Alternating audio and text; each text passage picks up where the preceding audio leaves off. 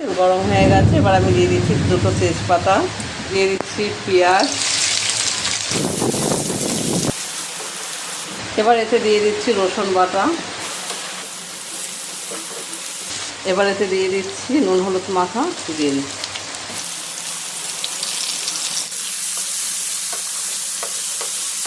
5 minute মতন আমি ভেজে নেবো ভালো করে।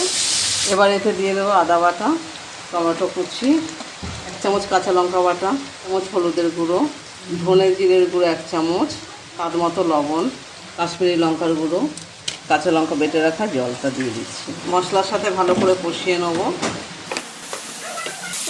মশলা কষানো হয়ে গেছে, মশলার সাথে গ্রেভিও কষানো হয়ে গেছে। এবার আমি এতে দিয়ে দিচ্ছি কেটে রাখা আলু।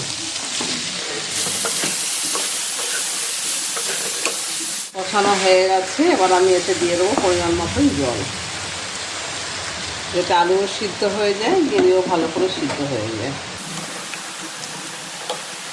এতে দিয়ে দিচ্ছি আবার গরম মশলা। আর রান্না কমপ্লিট। তোমরা অবশ্যই একবার এভাবে বাড়িতে বানিয়ে খাবে। যদি ভালো লাগে আমাকে কমেন্টে জানিও, আর আমার চ্যানেলটিকে সাবস্ক্রাইব করে লাইক শেয়ার করে দিও।